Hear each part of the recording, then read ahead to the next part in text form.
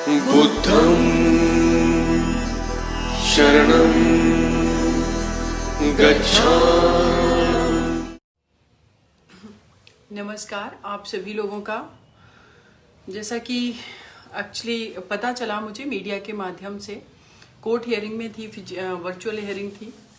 Laptop में अपनी court बना करके कनेक्ट करके सारी चीज़ें सुनवाई करती हूँ। और जिस केस में मैं सुनवाई कर रही थी वो दहेज हत्या का मैटर है, 304B का मैटर है। लड़की को मार दिया गया ससुराल में दहेज मांगने की वजह से।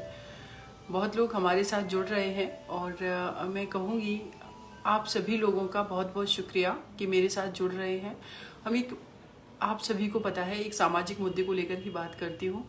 स्पेशली मैं सबको रिप्लाई नहीं कर सकती हूँ, लेकिन आप सभी लोगों से मैं हाथ जोड़कर नमस्कार करती हूँ, आप लोगों का शुक्रिया अदा करती हूँ। और एक मेरी रिक्वेस्ट है कि इस जो भी हमारा लाइव है इसको शेयर ज़रूर करें।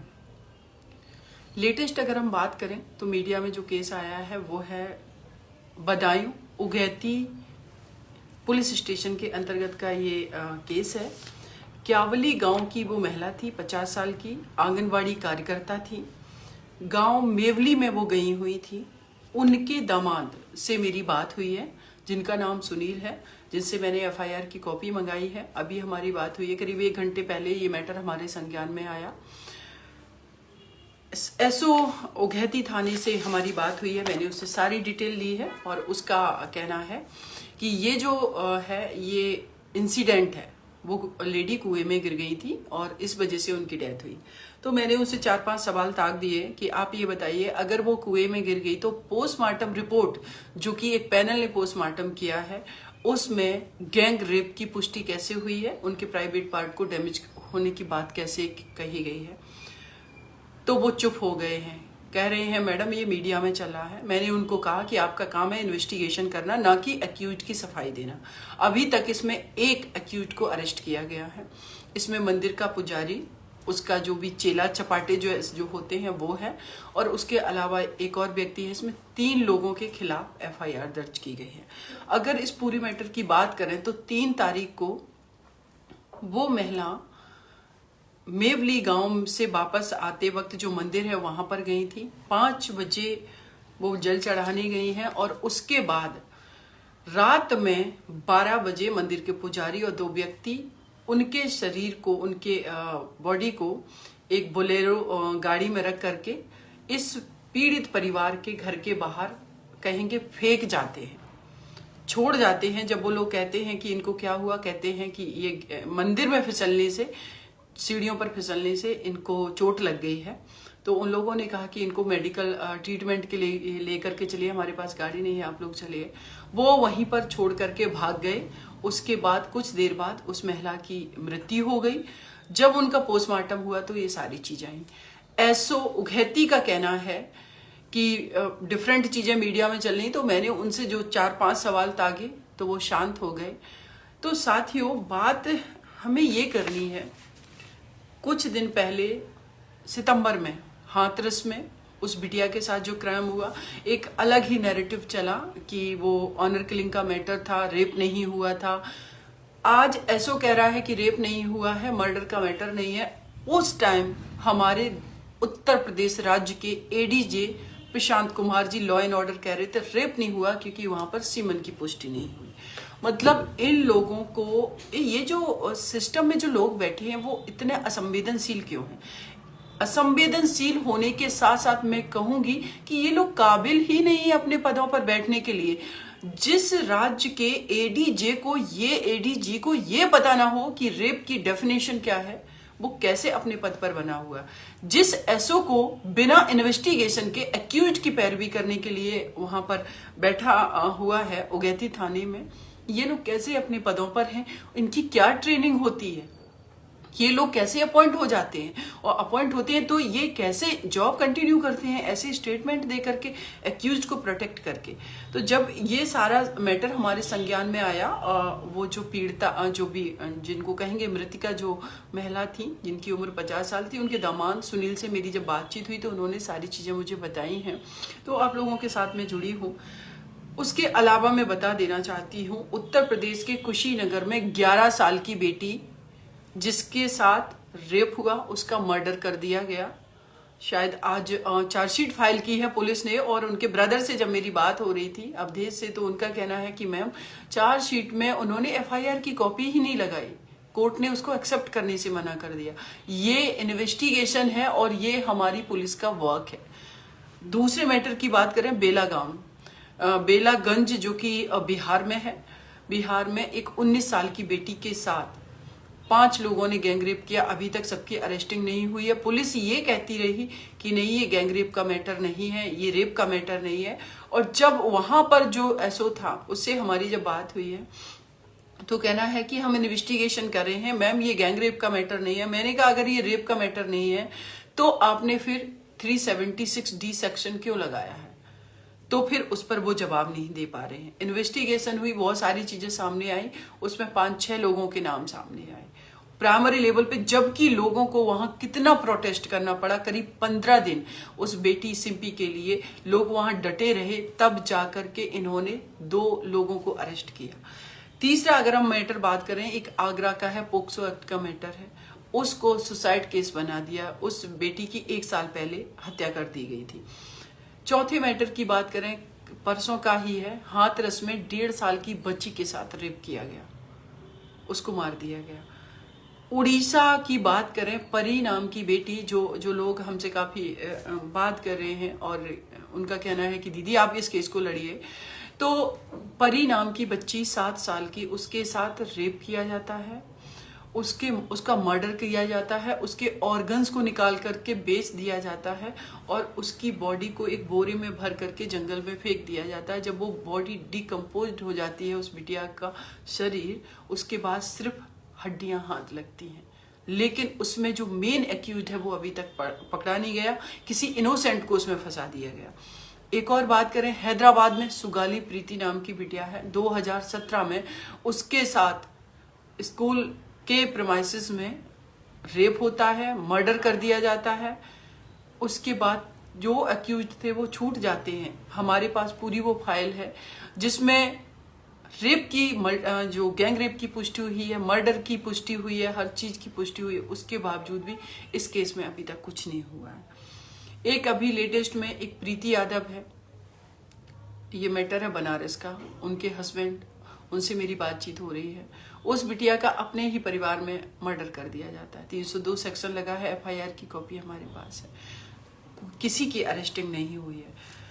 तो हम आप लोगों से बात ये करना चाहते हैं कि लोग सोचते हैं कि बहुत लोग हमसे कहते हैं, मेरे पास डेली कम से कम 6 लोगों को, लेडीज को मैं गाइड करती हूँ, उनको समझाती हूँ। रोते हुए फोन किसी के आते हैं, दीदी हमारे हस्बैंड ने मारा, दीदी मुझे घर से बाहर निकाल दिया। कोई कहता है हमारे साथ गैंग रेप हुआ, लेकिन मैं एक डर के वजह से किसी को नहीं बता सकती हूँ। किसी को 304B दहेज हत्या के लिए घर में मार दिया गया।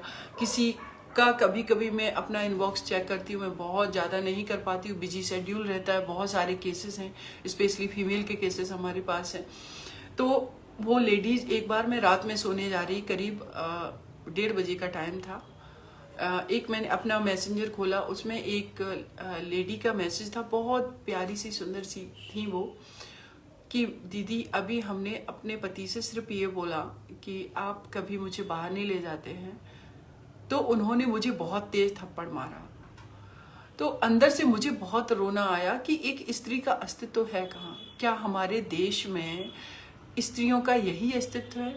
उनको अपनी भावनाएं व्यक्त करने का अधिकार नहीं है, उनको पढ़ने लिखने का अधिकार नहीं है, उनको ससुराल में सम्मान पूर्वक जीने का अधिकार नहीं है, उनको अपनी मर्जी की शादी करने का अधिकार नहीं है, उनको क्या कोई अधिकार नहीं दिए गए हैं? अगर हम बात करें कि जैसे आज ABVP न्यूज पर एक हमारा फोन था, उनका कहना था कि आप इस परिवार का इनका भी केस लड़ेंगी क्या?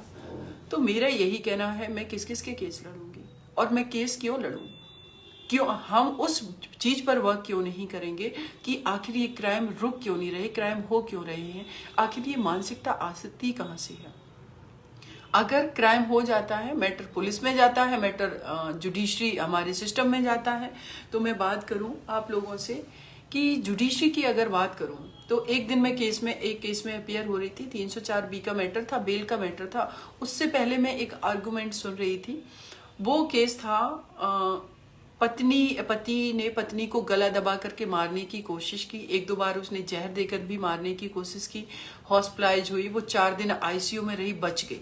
और वहां पर जज साहब का कहना है, देख लीजिए क्या आप लोगों ने अप्लाई किया है, सेटलमेंट हो सकता है इस केस में। अंदर से इस चीज का अफसोस हुआ कि सोचिए, पैट्रियोटिक माइंडसेट है कि जब तक वो उस फीमेल की उसके परिवार में, ससुराल में, उसके ससुराली जनों और उसके पति द्वारा हत्या नहीं कर दी जाएगी, तब तक उससे सेटलमेंट कराने के लिए कहा जाता है, क्योंकि परिवार रूपी संस्था ना टूट जाए। तो ये परिवार रूपी जो संस्था है, क्या ये महिलाओं के शोषण, उनके हत्या, उनके हैरेसमेंट पर टिकी हुई संस्था है? तो ये ऐसे सवाल हैं। आप सोचिए कि जहां पर जजेज का ये माइंडसेट है, वहां पर आप किसके पास न्याय मांगने जाएंगे? आज जब इस एसओ से बात हो रही, बिना इन्वेस्टिगेशन किए कह रहा है कि वो लोग निर्दोष हैं, पुजारी और ये सब निर्दोष हैं, आप इनके पास न्याय मांगने जाएंगे? तो मेरा अपना मानना है कि सबसे ज्यादा जो जरूरी है बदलाव, मानसिक रूप से, सामाजिक रूप से लोगों का बदलाव हो, वो अवेयर हो, जागरूक हो, महिलाओं को महिला ना समझ के, कि स्त्री ना समझ के उसको इंसान समझा जाए। लोग बहुत कहते हैं कि मैं बहुत फेमिनिस्ट हूँ, महिलाओं के मुद्दे उठाती हूँ। नहीं, मैं फेमिनिस्ट नहीं हूँ, मैं इंसानियत का मुद्दा उठाती हूँ, मैं मानवाधिकार का मुद्दा उठाती हूँ। जो अधिकार पुरुषों के हैं वो महिलाओं के भी हैं। उनको गर्मापूर्ण तरीके से जीवन जीने का अधिकार है, उनको पढ़ने का अधिकार है, उनको फ्री घूमने का अधिकार है, चाहे वो दिन हो चाहे रात हो। उनको अपने तरीके से अपनी मर्जी से शादी करने का अधिकार है। उनको ससुराल में भी वो सम्मान पाने का अधिकार है जो एक बेटे को, दामाद को अपने ससुराल में दिया जाता है। जब वो आता है तो पूरा, मुझे लगता है कि सारा घर उनकी आवभगत में लग जाता है कि नहीं, दामाद साहब आ रहे। और उसी दामाद की जो पत्नी, आपकी बेटी है, वो टॉर्चर झेल रही होती है। और ये मैं बात कर रही हूं, इस देश में 75% फीमेल किसी ना किसी तरीके का टॉर्चर झेल रही हूं। चाहे अपना पेरेंटल हाउस हो, उनको पढ़ाया नहीं जाता, चाहे उनकी शादीशुदा लाइफ हो, या वो प्राइवेट जॉब कर रही हैं, चाहे वो ऑफिस की बात हो, कॉलेज की बात हो, यूनिवर्सिटीज की बात हो, पॉलिटिक्स की बात हो, एडमिनिस्ट्रेशन की बात हो, कहीं की भी बात हो।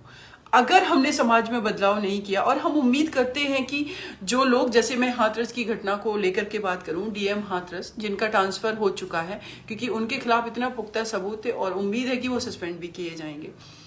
डीएम हाथरस ने मुझे उस पीड़िता की मां का वीडियो दिखाया था कि गैंग रेप नहीं हुआ, रेप नहीं हुआ। मैंने कहा आप कैसे कह सकते? कहते देखिए इनका स्टेटमेंट। उस पीड़िता का स्टेटमेंट नहीं दिखाया था। डीएम जिसकी रिस्पॉन्सिबिलिटी है कि जब तक इन्वेस्टिगेशन ना हो जाए तब तक वो कोई ऐसा स्टेटमेंट नहीं दे सकता है जो कि एक्यूज का फेवर करे, वो क्या बोल रहा? ये लोग कैसे पद पे बने हुए हैं? ये इसलिए बोलते हैं क्योंकि इसी माइंडसेट से लेकर के ये उस पोजीशन पे बैठे हैं। हम लोगों की बहुत बड़ी गलतफहमी है साथियों, हमारे जो आम लोग हैं, आम जनता है, इनकी बहुत बड़ी गलतफहमी है कि ये डीएम है, ये एसपी है, ये डीआईजी है, ये आईजी है, ये एडवोकेट है, ये जज है, तो ये बहुत ब्रॉड माइंडेड होगा, ये महिलाओं की बात करेगा या न्याय की बात करेगा, हमेशा ईमानदार होगा। हम लोगों को पद प्रतिष्ठा देख करके सैल्यूट करते हैं, ये हमारी कमियां हैं। ये आप मान करके चलिए कि जो व्यक्ति उस पद पर बैठा, अगर उसका माइंडसेट ठीक नहीं है, वो किसी भी पोजीशन पे हो, वो वही माइंडसेट रखेगा एक स्त्री के प्रति जो एक आम नागरिक जो कि इन पदों पर नहीं है वो रखता है। और इसीलिए इन लोगों से हम न्याय की उम्मीद नहीं कर सकते। अगर ये लोग ऐसा माइंडसेट नहीं रखते तो इस देश में कभी किसी पत्रकार के ऊपर एलिगेशन नहीं लगता हैरेसमेंट का, रेप का। हमारे सामने एग्जाम्पल है तरोड़ तेजपाल, जो कि जिनको कहेंगे हम सो कॉल्ड इंटेलेक्चुअल में गिनती होती थी, बहुत बड़े फेमिनिस्ट थे और अपने ही ऑफिस की कलीग के साथ उन्होंने रेप किया। तो सोचिए कि जो मुद्दा उठा रहे फीमेल के वही रेप कर रहे, माइंडसेट उनका वही है। जब वो उस पोजीशन पे हैं तो वहां पर भी वही करते। मतलब ये इनको मुद्दा बनाना है, इनको अपने आप को सोसाइटी के अंदर प्रोग्रेसिव दिखाना है। एक्चुअल में ये प्रोग्रेसिव लोग नहीं है, एक्चुअल में ये लोग दोगले लोग हैं। एक एसपी मैंने देखा कई केसेस में, एक मध्य प्रदेश का केस था, अपनी बीवी को, अपनी एक्स्ट्रा मैरिटल अफेयर जिस लेडी से थे उसके घर में जाकर के वो है और अपनी बीवी को पीट रहा है। और इतनी बुरी तरीके से पीट रहा है, वो रिकॉर्डिंग हम सब ने देखी। आप सोचिए, कितने सारे डीएम इन्वॉल्व हैं रेप केसेस में। क्या पुलिस रेप नहीं करती है? क्या कठुआ का मैटर था, पुलिस क्या उसमें इन्वॉल्व नहीं थी? बहुत सारे मैटर हैं हमारे पास। एक मैटर है उत्तर प्रदेश बिजनौर में, एक एसओ है सत्येंद्र कुमार। मैं कह देना चाहती हूँ बिजनौर के जो एसपी साहब हैं, अगर उन तक मेरा लाइव पहुंचे, आपका जो एसओ है, दरोगा है, उसने एक बेटी के साथ रेप किया है, अभी तक उसको सस्पेंड नहीं किया गया। रिकॉर्डिंग अगर हम सुना देंगे तो असलियत खुल जाएगी कि उसमें क्या है, वो क्या बोल रहा है। वो कह रहा है हमने तुम्हारे साथ थोड़ी, हमने तो पहले भी और लड़कियों के साथ बहुत कुछ किया है। और वो लड़की रोती घूम रही है, अभी तक इन पर जो भी ऑफिशियल जो कार्रवाई होनी चाहिए डिपार्टमेंटल, वो तक नहीं की है आप लोगों ने। ये कैरेक्टर है आपका, क्योंकि इन लोगों को लगता है कि फीमेल का अस्तित्व ही नहीं है। और जब भी फीमेल आवाज उठाती हैं, सोशल मीडिया पर लिखती हैं, ट्विटर पर लिखती हैं, अपना साहित्य लिखने लगी हैं, किताबें लिखने लगी, तो उनको कहा जाने लगा ये तो परिवार तोड़ने वाली महिलाएं हैं। नहीं, परिवार महिलाओं की वजह से नहीं टूट रहे, परिवार आपकी मानसिकता में बदलाव ना होने की वजह से टूट रहे हैं। तो जब तक ये मानसिकता नहीं बदलेगी साथियों, बहुत मुश्किल है इस तरीके के क्राइम रुकना। क्योंकि डीएम भी इसी सोसाइटी का पार्ट है, एसपी भी इसी सोसाइटी का पार्ट है, हमारे जजेस भी इसी सोसाइटी का, एडवोकेट, एवरीथिंग, सब लोग तो यहीं से जा रहे हैं। तो सामाजिक रूप से हमने क्यों बदलाव नहीं किया? हमने बदलाव सामाजिक रूप से नहीं किया क्योंकि हम एक पर्टिकुलर विचार को लेकर के चल रहे हैं। महिलाओं को कम बोलना चाहिए, धीमे बोलना चाहिए, उनको घर के अंदर रहना चाहिए, उनको बाहर नहीं निकलने देना चाहिए, अकेले नहीं भेजना चाहिए। बेटी की शादी होनी है तो दहेज इकट्ठा करना चाहिए, और जहां पर दहेज इकट्ठा करेंगे, लेकिन जहां पर बेटी को जो जमीन जायदाद घर है उसमें हिस्सेदारी की बात आएगी, तो वो न तो एक बाप देना चाहता है, ना एक भाई देना चाहता है। उसको दहेज देंगे, उस बेटी के लिए कुछ नहीं कर रहे, उसके जहां पर शादी करे उस परिवार को आप पैसे दे रहे हो। और वहां जब पैसे देते हो, उनको तो लगता है ये बेटी जो है ये दहेज लेने का एक अच्छा माध्यम है, तो उस बेटी को वो टॉर्चर करना शुरू करते हैं। और फिर कुछ छोटा छोटा अमाउंट आप देते रहते हो, 50,000, 10,000, 4,000, 5,000, और एक वक्त वो ऐसा आता है कि वो आपकी बेटी को मार देते हैं। आप लोग खुद जिम्मेदार हैं अपनी बेटियों को मरवाने के लिए। फिर उसके बाद जब मुकदमा कोर्ट में आता, फिर कहते मेरी बेटी को मार दिया गया, न्याय चाहिए। न्याय तो आपने उसके साथ अन्याय किया, बचपन से अन्याय किया, उसको अपनी मर्जी की शादी नहीं करनी दी, उसको पढ़ाया नहीं, उसको नौकरी नहीं करने दी, उसको घर से बाहर नहीं निकलने दिया। अन्याय आपने किया, इसीलिए उस परिवार में गई। जो आप माँ बाप भाई बहन होते हुए उस बेटी के हक अधिकार के लिए नहीं खड़े हो सके, तो दूसरे परिवार में जिसमें वो शादी करके जा रही, उम्मीद करते हो कि वो परिवार खड़ा होगा। तो ऐसा जो स्ट्रक्चर हमने बनाया है, जब तक इसको नहीं ब्रेक करेंगे, जब तक मानसिकता नहीं बदलेगी, तब तक नहीं संभव है कि कुछ भी बदलाव हो। और इसीलिए महिलाओं ने तो अपनी आवाज उठाना सीख लिया, उन्होंने बोलना सीख लिया, अपने हक अधिकार की बात करती हैं। पुरुष क्यों नहीं उस चीज को एक्सेप्ट कर पा रहे हैं? अभी बहुत लोग, मुझे पता है मेरे लाइव में जुड़े होंगे भाई, कहेंगे नहीं दीदी हर पुरुष गलत नहीं होता है। मैं कब कह रही हूँ हर पुरुष गलत होता है? लेकिन ज्यादातर जो क्राइम हो रहे हैं वो कौन कर रहा है? अगर स्त्रियां अपनी आवाज उठाती हैं तो लोगों को लगता है कि नहीं, ये तो इसने उसको अधिकार जो दिए हैं, जो कानून है उनके तहत अगर वो दहेज का मुकदमा करती है तो उसका अधिकार है, उससे डरना क्या। और बहुत सारे ऐसे केसेस हैं हमारे पास में। किस किस केस के बारे में आप लोगों से डिस्कशन करूं? पूरा स्ट्रक्चर आप लोगों ने बनाया, और उस स्ट्रक्चर में ये पूरा पैट्रियोटिक माइंडसेट किसकी मेकिंग है? ये हमारी सभ्यता संस्कृति क्या स्त्रियों ने बनाया है इसको? नहीं, पूरे विश्व की मैं बात कर रही हूँ। पूरी सभ्यता संस्कृति आज समझिए, इस देश, इस पूरे विश्व में अगर किसी समस्या के जड़ में कोई है तो वो है मेल डोमिनेटिंग सोसाइटी। अगर बॉर्डर जो बनाए गए हैं 2, 3 हर देश के बीच में, वो किसने बनाए? स्त्रियों ने बनाए हैं क्या? परमाणु बम क्या स्त्रियों ने बनाए हैं? आर्म्स क्या स्त्रियों ने बनाए हैं? चर्च, गुरुद्वारा, मंदिर क्या स्त्रियों ने बनाए हैं? धर्म के ठेकेदारों को क्या स्त्रियों ने बनाया है? हाँ, बेचारी उनको फ्रीडम नहीं दी, उनको घर की 4 दीवारी में बंद किया। तो उन स्त्रियों को आप सत्संग में, आप नमाज में, आप चर्च में, इन सारे धार्मिक प्लेस पर बुला करके उनको अपना फॉलोअर जरूर बनाते हो, और वो बेचारी अंधभक्त में डूबी इन लोगों का भी शिकार हो जाती हैं। जिस दिन अब जब स्त्री ने अपनी आवाज उठाना शुरू किया, कुछ दिन पहले ही 3 तारीख को माता सावित्रीबाई फुले की जयंती थी। उस स्त्री ने जब आवाज उठाई थी महिलाओं के अधिकार की, उनकी पढ़ाई की, वो जब पढ़ने जाती थी तो कहा जाता था कि हमारे धर्म पर अटैक हो रहा है, और आज हम उनको पूछते हैं। उस टाइम धर्म पर अटैक था, तो आज क्या हम लोग, अगर धर्म पर अटैक वो था, तो फिर आज बेटियों को शिक्षित क्यों किया जा रहा है? आज बेटियों को, उन बेटियों को सैल्यूट क्यों किया जाता है जो अपने आप को कहीं पर भी पोजीशन पे ले जाती हैं? उनको हम सम्मानित कर रहे हैं, चाहे वो आईएएस बनी हो, चाहे वो डीएम बनी हो, चाहे एडवोकेट हो, जज हो, या किसी भी पायलट हो। हम कहते हैं मेरी देश की बेटियां नाम कर रही। आज उस बेटी को हम सम्मानित कर रहे हैं, लेकिन वो बेटी माता सावित्रीबाई फुले, जिनके ऊपर गोबर, कीचड़, क्या क्या नहीं फेंका गया। तो मेरी हाथ जोड़ करके मेरे जो युवा हैं उनसे मैं कहना चाहती हूँ, हम लोग सोसाइटी का पार्ट हैं। हमारी जो बहनें हैं उनसे मैं कहना चाहती हूँ, हम लोग इस समाज का पार्ट है। हमें बदलाव करना है, हमें मानसिकता बदलनी है। इन डीएम सिस्टम से, इन सारे लोगों से, इस सिस्टम से हम उम्मीद नहीं कर सकते हैं। अगर इस सिस्टम से उम्मीद हमें होती या जस्टिस मिलता तो निर्भया केस में 7 साल नहीं लगता। निर्भया केस होने के बाद इतने कानून में बदलाव हुए, क्या हमें मिला? क्योंकि सिस्टम संवेदनशील नहीं है। सिस्टम अपने लिए निरंतर सत्ता में बने रहने के लिए सिर्फ फाइट करने का नाम सिस्टम बन गया है कि इस बार हम चुनाव जीत गए, अगले बार कैसे जीतेंगे, इसके लिए 5 साल वही स्ट्रेटजी चलती है। ये देश की हर पार्टी का मुद्दा है, इसके अलावा कुछ नहीं है।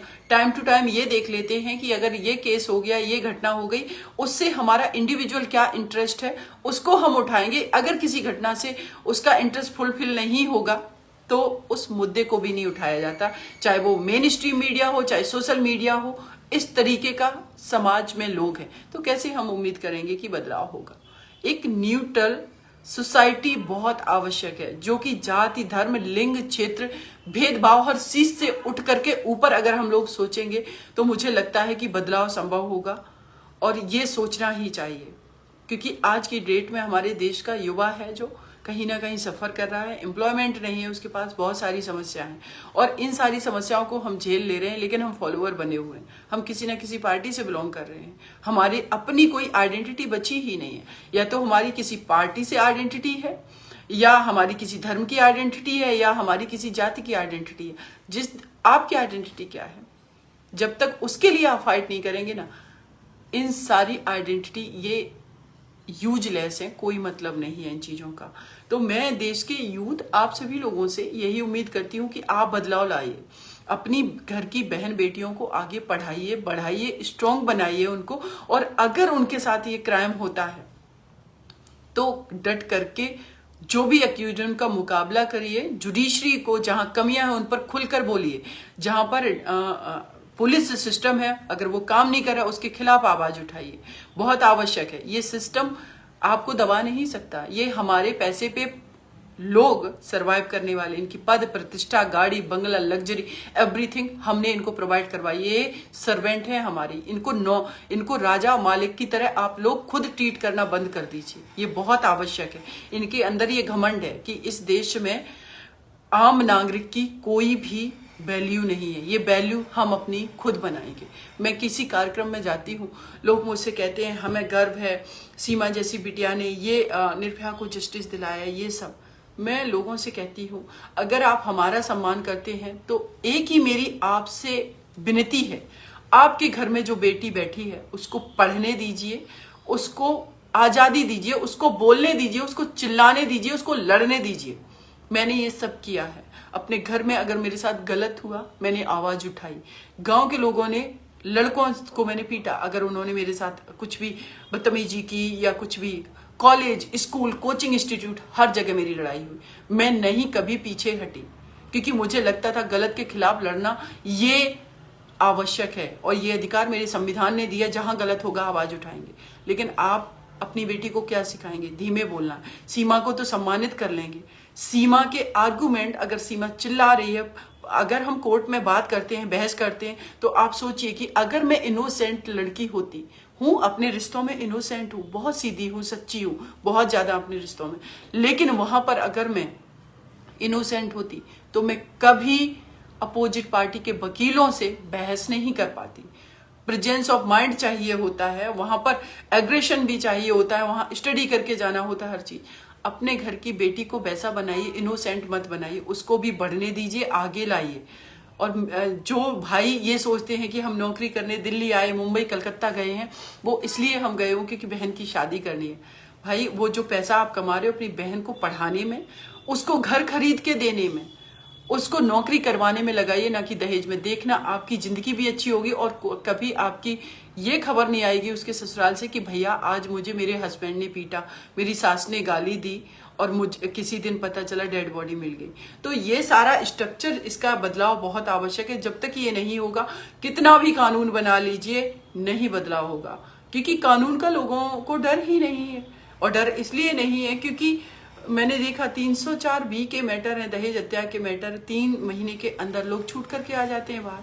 तो हम जो लोग छूट के आ रहे, समाज को ये मैसेज दे रहे हैं कि आप अपने घर की बहू को अगर दहेज के लिए मार दोगे तो 3 महीने में छूट के, 3 महीने की सजा कौन सी बहुत बड़ी सजा है?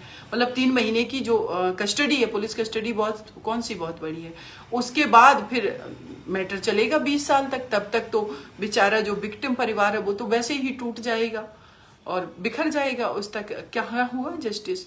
तो इसीलिए आप लोगों से फिर से मेरी अनुरोध है आप लोगों से कि परिवार, समाज, हर जगह पर बदलाव आपसे हो सकता है, आपकी सोच से हो सकता है। यही अपनी बात को विराम देती हूँ। और जो बदायूं में जो उस महिला के साथ जो क्राइम हुआ है, आप लोग उनकी आवाज बनिए, हम सब आवाज बनेंगे। और जो भी गलत हुआ है उनके साथ मैं कोशिश करूंगी, उस परिवार से मेरी बात हुई है, उनके दामाद से, कि क्या है, मैं पूरी अपडेट लूंगी। और जो भी मेरे तरफ से सपोर्ट होगा डेफिनेटली मैं करूंगी, जैसे कि मैं यूजुअली ज़्यादातर केसेस में करती हूँ। जो भी हमारे संज्ञान में आते हैं उनके डिटेल्स मेरे पास होते हैं। CO, SHO, SP, DIG सबसे बात करना, केस में प्रॉपर FIR लॉन्च करवाना, लोगों की अरेस्टिंग करवाना। दिल्ली में हूँ तो दिल्ली के जो लोकल केस आते हैं उनमें अपीयर भी होती हूँ, उन केसेस को मैं हैंडल करती हूँ। आगे मैं और यही कहूँगी अपनी बहनों से जो लोग जुड़ी हुई हैं कि आप लोग, आपके घर में अगर क्राइम होता है, आवाज़ उठाइए, चिल्लाइए, डांटिए कि गलत गलत होता है। और भाइयों से यही अनुरोध है, अपने घर की स्त्री को सम्मान दीजिए, आप बहुत प्रोग्रेस करेंगे। क्योंकि बिना, जिस घर में स्त्री का टॉर्चर होगा, जिसको सम्मान नहीं मिलेगा, वो घर कभी प्रोग्रेस नहीं कर सकता। जय हिंद, जय भारत। बुद्धं अंबेडकर नेशन चैनल आर्थिक समस्या से गुजर रहा है। अगर आप बहुजन समाज में बाबा साहेब अंबेडकर और तथागत बुद्ध की विचारधारा को अधिक से अधिक लोगों तक पहुंचाना चाहते हैं तो हमें आर्थिक सहयोग प्रदान करें, ताकि हम अपने चैनल के माध्यम से देश विदेश में समता, बंधुता, एकता और संवैधानिक अधिकारों को ज्यादा से ज्यादा लोगों तक पहुंचा सकें। अंबेडकर नेशन चैनल जो YouTube पर भी प्रसारित होता है, प्रस्तुतकर्ता गौतम रत्नम। आप अपनी सहायता राशि नीचे लिखे खाते में जमा करा सकते हैं। खाता धारक गौतम रत्नम। खाता संख्या 316957686551। IFSC code SBIN 0060336। बैंक भारतीय स्टेट बैंक। आप हमारे बैंक खाते का विवरण स्क्रीन पर भी देख सकते हैं।